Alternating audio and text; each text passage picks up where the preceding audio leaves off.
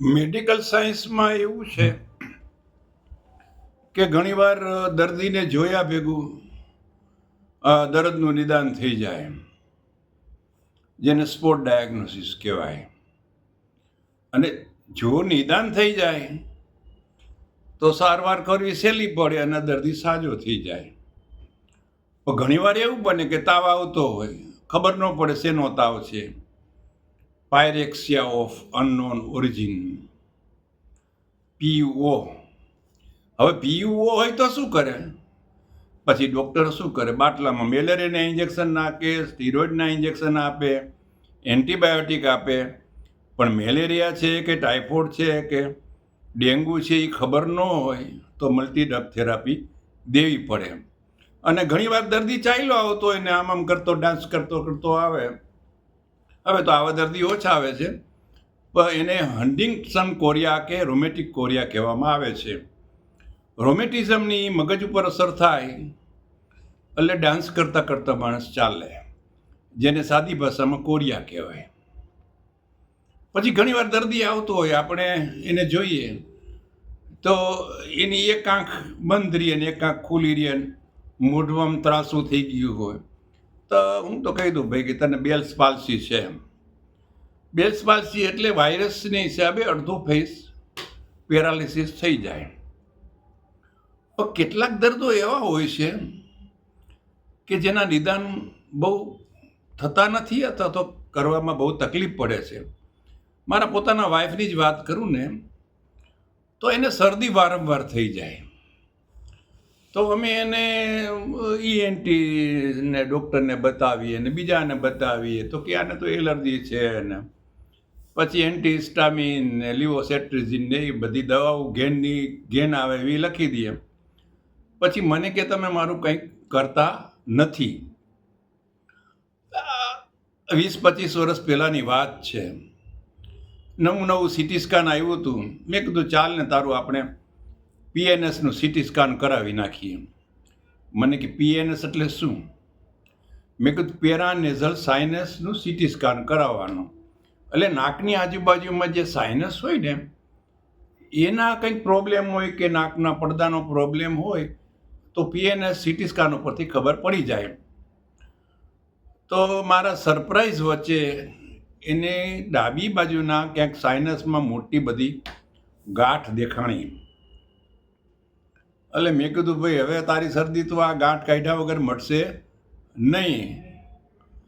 આ તો ઓના જેવું થયું કે ભાઈ આ તો એક શરદીમાં ઓલા બાપુ કે મારી શરદી મટતી નથી તો ઓલા શેઠ કે તમે 2-4 પેક બ્રાન્ડીના લગાવો ને તો તમારી શરદી વહી જશે. બાપુ કે બ્રાન્ડીની ક્યાં વાત કરો છો? મેં મારું ખેતર વહી ગયું, ઓલું વહી ગયું, તેલું વહી ગયું. એ બ્રાન્ડીથી શરદી થોડી જાય. બ્રાન્ડીની હિસાબે તો મારું બધું વેચાઈ ગયું. તો આ એના જેવું થયું. હવે મારે એને જે હોપારી જેવડી ગાંઠ હતી એ કઢાવવા માટે મારે ABR દેસાઈ મુંબઈ ચરની રોડ જવાનું થાય, કારણ કે એને અગાઉ કંઈક એને કાનનું બતાવ્યું હતું. મને કે મારે એની પાસે જ ઓપરેશન કરાવવું છે. તો એ જમાનામાં એ ડૉક્ટર અમદાવાદ મહિનામાં એકવાર આવતા હતા. તો એને અમદાવાદ લઈ ગયો, એને હોપારી જેવડી ગાંઠ કઢાવી એનેસ્થેસિયા આપીને. પછીથી એને કોઈ દિવસ શરદી થઈ નથી. પછી એના પેશાબમાં બ્લડ આવ્યા કરે અને પેટમાં દુખે. હવે એ જમાનામાં સાદો પેટનો ફોટો પડે ને સોનોગ્રાફી થાય ને તો સરદારનગર રોડ ઉપર એક પટેલ ડૉક્ટર હતા. મને કે આને કાંઈ નથી, બધું નોર્મલ છે. પણ મેં કીધું આના યુરિનમાં બ્લડ આવે છે, એને રિનાલ કોલિક છે, તો કે આમાં કાંઈ બતાવતું નથી. મેં કીધું આનું IVP કરી નાખો. મને કે IVP કરી નાખવું છે? મેં કીધું આ કરી નાખો. મને કે રિએક્શન આવશે? તો મેં કીધું નહીં આવે. ઇન્ટ્રાવિનસ પાઇલોગ્રાફી IVP. એ જમાનામાં સિટી સ્કેન કે એવું કાંઈ નહોતું. એટલે ઇન્જેક્શન મારીને કિડનીના ફોટા લેવાના. હવે રેડિયોલુસન્ટ પથરી હોય ને, રેડિયોલુસન્ટ એટલે કે ફોટામાં ન દેખાય એવી પથરી એ IVPમાં પકડાઈ જાય. તો IVP કરાવ્યું તો મને કે આમાં તો પથરી છે ડૉક્ટર ચંદાવાળા. મેં કીધું હું તો તમને સાહેબ કહેતો હતો કે આને કાંઈક છે.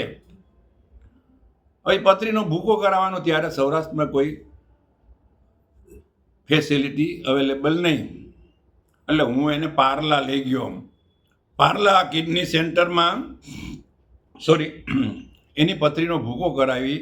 એ જમાનામાં 10,000 રૂપિયામાં એ ઓપરેશન થઈ ગયું, એને પથરી નીકળી ગઈ, એને કાયમનો દુખાવો મટી ગયો, અને પેશાબમાંથી લોહી ગાયબ થઈ ગયું. તો કેટલીક વાર એવા દર્દો આપણા ઘરનામાં જ થતા હોય છે ને, કે આપણી પરીક્ષા લેવાઈ જતી હોય છે. ઘણી વાર એમ થાય સગાવાલાને કે આને કેમ આવું થતું હશે, આ ડૉક્ટર કેમ ડાયગ્નોસિસ નહીં કરી શકતા હોય. હું MD કરતો હતો ત્યારે રાજકોટ આવ્યો હતો, તો મારા સાડુભાઈને મેં જોયા. મેં કીધું તમારું શરીર મને થોડુંક વિચિત્ર લાગે છે. મેં કીધું તમારા ચંપલનો નંબર ચેન્જ થશે, તમારી વીંટી પહેરો તો નાની મોટી થતી જાય છે, મોટી નાની આંગળી જાડી થતી. તો કે હા એવું થાય છે. તો હું એને ડૉક્ટર દેસાઈ પાસે લઈ ગયો. ત્યારે એ એક્સરેમાં એક જ હતા, એક બીજા કંઈક બાપુના બાવલા પાસે હતા. તો મેં કીધું આનું તમે છે ને plain X ray lateral view skull મને કરી દો. સીટી સ્કેન કે MRI કાંઈ હતું નહીં. મેં કીધું મારે શિલા ટર્સિકા જોઈએ. શિલા ટર્સિકા એટલે પિચ્યુટરી ગ્લાન્ડ જેની અંદર રહેતી હોય એ હાડકાના ભાગને શિલા ટર્સિકા કહેવાય. અને એ ભાગ એનો પોળો થઈ ગયો હતો. મતલબ કે પિચ્યુટરીની ગ્રંથિ છે એમાં ગાંઠ હતી. પિચ્યુટરી એડિનોમે કહેવાય. પિચ્યુટરી એડિનોમા હોય એટલે ગ્રોથ હોર્મોન છે એનું સિક્રેશન વધી જાય. એનું સિક્રેશન વધી જાય એટલે માણસ જાયન્ટ થતો જાય, જેને એક્રોમેગાલી કહેવામાં આવે. મેં એને મદ્રાસ મોકલા, ન્યુરોસર્જને એનું ઓપરેશન કર્યું, પછી એના શેક લીધા અને એનું બોડી પછી ફિક્સ થઈ ગયું. નહીતર એ આમ રાક્ષસ જેવા થતા જતા હતા. તો આ નિદાન ઘણીવાર આપણા મગજમાં આવી જાય તો આવી જાય, ન આવે તો તમે ગમે એટલા ગોથા ખાવ તોય ન આવે. અમે મદ્રાસ કોન્ફરન્સમાં ગયા હતા, ત્યારે મારા વાઈફને છાતીમાં દુખાવો થયો. તો કોન્ફરન્સમાંથી એમ્બ્યુલન્સ લઈને ઇમરજન્સીમાં અમે એક હોસ્પિટલે ગયા. તો કે ECG નોર્મલ છે ને ટ્રોપોનિન નોર્મલ છે ને કદાચ એટેક હોય તો તમે ICUમાં રોકાઈ જાઓ ને સવારે એન્જિયોગ્રાફી કરશું. ને મેં કીધું ભાઈ હું બધું રાજકોટ જઈને કરાવીશ.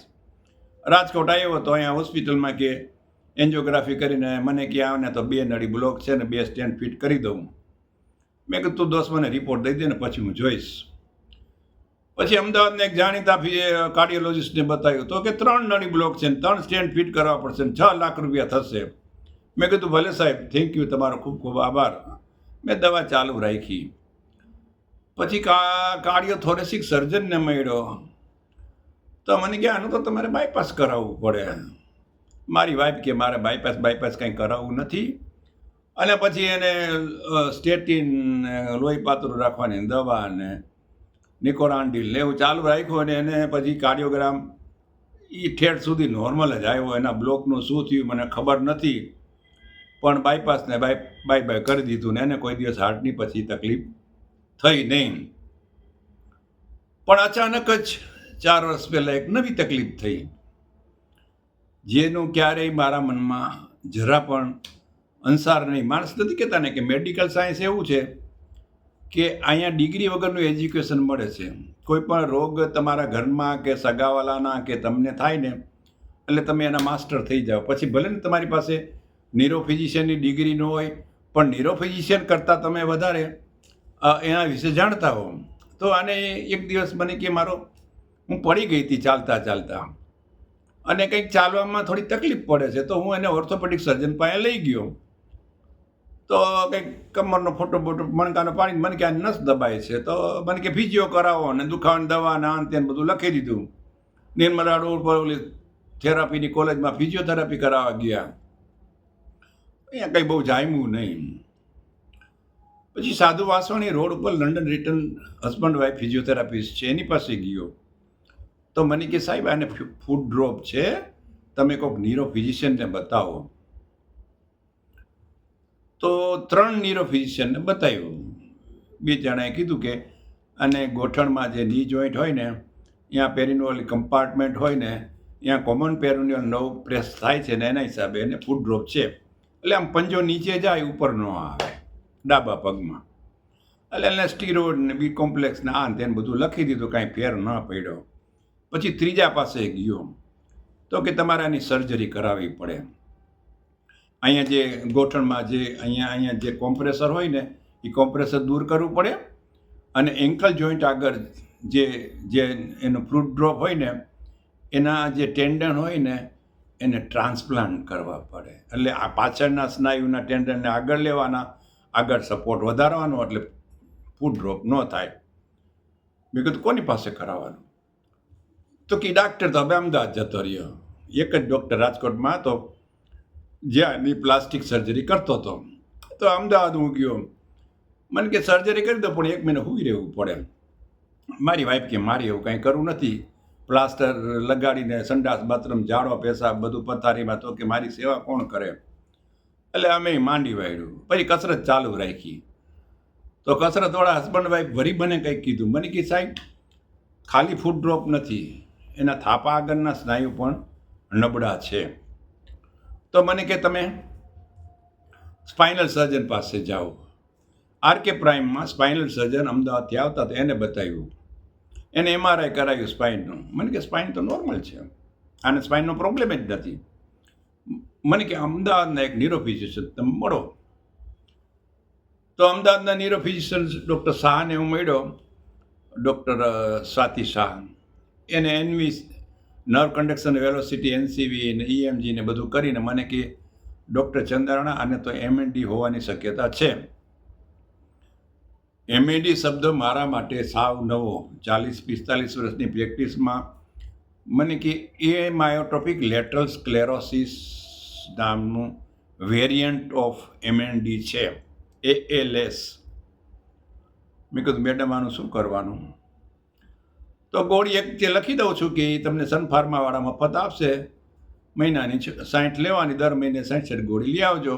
તમારે મોટી ટાંકી પાસે સ્ટોર છે, એ તમને દર મહિને મફત આપશે. એટલે ગોળી ચાલુ કરી, કસરત ચાલુ રાખી, વિટામિન ચાલુ રાખ્યા. પણ ધીમે ધીમે છે ને નબળાઈ વધવા માંડી, ડાબા પગમાં, જમણા પગમાં. પાછા 3 મહિના પછી બતાવવા ગયા મેડમને અમદાવાદ. તો કે એ તો MND જ છે સાહેબ, કે આમાં બીજું કંઈ થઈ શકશે નહીં. પછી માણસ નથી કહેતા ને કે ડૂબતો માણસ તણખલું પકડે એમ. હું પછી આનું સંશોધન કરવા માંડ્યો. તો મને એક એવો રોગ હાથમાં આવ્યો કે ઘણીવાર MND છે એ ન હોય ને ઓલો રોગ હોય ને એ IVIGને ઇન્જેક્શન આપો તો એ રોગમાં સારું થઈ જાય. તો મેં કીધું આપણે IVIGના ઇન્જેક્શન આપવા છે. 5 દિવસ આપ્યા, 2.5 લાખ રૂપિયાનો ખર્ચો થયો. અને મેં ઝાયડસ હોસ્પિટલના ન્યુરોફિઝિશિયનને પણ કન્સલ્ટ કર્યા હતા. મને કે હા એ આપી શકાય, કદાચ MND ન હોય. ઘણીવાર એવું બને છે કે આપણે MND ધારતા હોય ને કંઈક બીજું નીકળે, એટલે ઇન્જેક્શન આપ્યા 5 દિવસ દાખલ કરીને, પણ કાંઈ બહુ ફેર પડ્યો નહીં. અને ધીમે ધીમે નબળાઈ વધતી ગઈ. એક પગ ખોટો થયો, બીજો પગ ખોટો થયો, એક હાથ ખોટો થયો, બીજો હાથ ખોટો થયો. ધીમે ધીમે ખાવાનું ઓછું થવા માંડ્યું, મોઢાના સ્નાયુ નબળા પડવા માંડ્યા, ઓતરાવા માંડી. લિક્વિડ દઈએ તો કોઈક વાર ઉધરસ ઉપડી જાય, થૂક ગળે ન ઉતરે એટલે કફ આવ્યા કરે. અને gradually she was marching toward the grave. પ્રયાણ ચાલુ કરી દીધું કબર તરફ જવાનું. અને મને એ ડૉક્ટરે કીધું હતું. અને પછી તો હું પછી તો એને સંશોધન કરું ને, એટલે maximum 3 to 5 years survival after diagnosis of MND. 4.25 વર્ષ કાઢ્યા. પછી છેલ્લે 1 વર્ષથી લગભગ 8-9 મહિનાથી ઓક્સિજન ડાઉન થવા માંડ્યું. એટલે બાયપેપનું મશીન અમે લગાડતા. પહેલાં 2 કલાક લગાડવું પડતું, પછી 4 કલાક, પછી 8 કલાક, પછી છેલ્લે બંધ કરો એટલે શ્વાસ બંધ. પછી ધીમે ધીમે વાચા જવા માંડી, બોલવાનું ધીમે ધીમે કરી. અને તમને એમ લાગે કે હવે આ બધું ચેપ્ટર પૂરું થવામાં છે, કિલોમીટર આના પૂરા થઈ ગયા છે. તમારું ઘરનું માણસ તમારી સામે મરતું તમે જુઓ, અને તમે એક મોટા ફિઝિશિયન, સિનિયર ફિઝિશિયન તમારી જાતને માનતા હો, તો તમને કેટલું દુઃખ થાય. પણ there was no way. There was no way out of it. Rarest disease કહેવાય છે આને, MNDને. લાખે 2-3 જણાને થાય છે, અને જેટલા થાય છે એમાંથી 3 થી 5 વર્ષ વધારેમાં વધારે જીવે છે. અમારું નિદાન ઓક્ટોબર 21માં MNDનું થયું હતું. જાન્યુઆરી 26માં સી લેફ્ટ અસ. એને વિદાય લીધી ત્યારે અમને એવું થયું કે હવે આનું પૂરું થવામાં છે. અમે અમારા બનતા પ્રયત્નો કર્યા, બાટલા ચડાવ્યા, ઓક્સિજન આપ્યો, બાયપેપના 2 મશીનો રાખ્યા, 24 કલાકની કેરટેકર બાયુ રાખી, બધું કરી જોયું. ભગવાનને આપ્યું હતું, અને એના માટે, એને પ્રાણ બચાવવા માટે અથવા તો એની જિંદગી લંબાવવા માટે અમારાથી બધા પ્રયત્નો અમે કર્યા. પણ અમુક માણસને અમુક રોગ જ થાય છે, ખબર નહીં ભગવાન આમ ઉપરથી રોગનો ઘા કરતો હોય ને કોના ખાનામાં કયો રોગ આવતો હોય એ કોઈને ખબર પડતી નથી. અને હું ઘણીવાર કહું છું કે ડિઝીઝ ઇઝ એન એક્સિડન્ટ. રોગ એક અકસ્માત છે. તમે રોડ ઉપર હાઈલા જતા હો સીધી લીટીમાં, આજે જૈન મુનિઓ અને બધા પગપાળા જતા હોય છે અને ખટારાવાળા ઉડાડતા જાય છે. એમાં દર્દનું પણ આવું જ છે. દર્દીઓ કી મુસ્કુરાહટ से हो निशा, दर्दियों का दर्द मिट सके तो ले उठा, दर्दियों के वास्ते हो तेरे दिल में प्यार, डॉक्टर उसी का नाम है. मेरे दिल में तो प्यार था उसके लिए, लेकिन मैं उसको बचा नहीं सका. जय श्री कृष्ण, जय जलाराम, ओम शांति.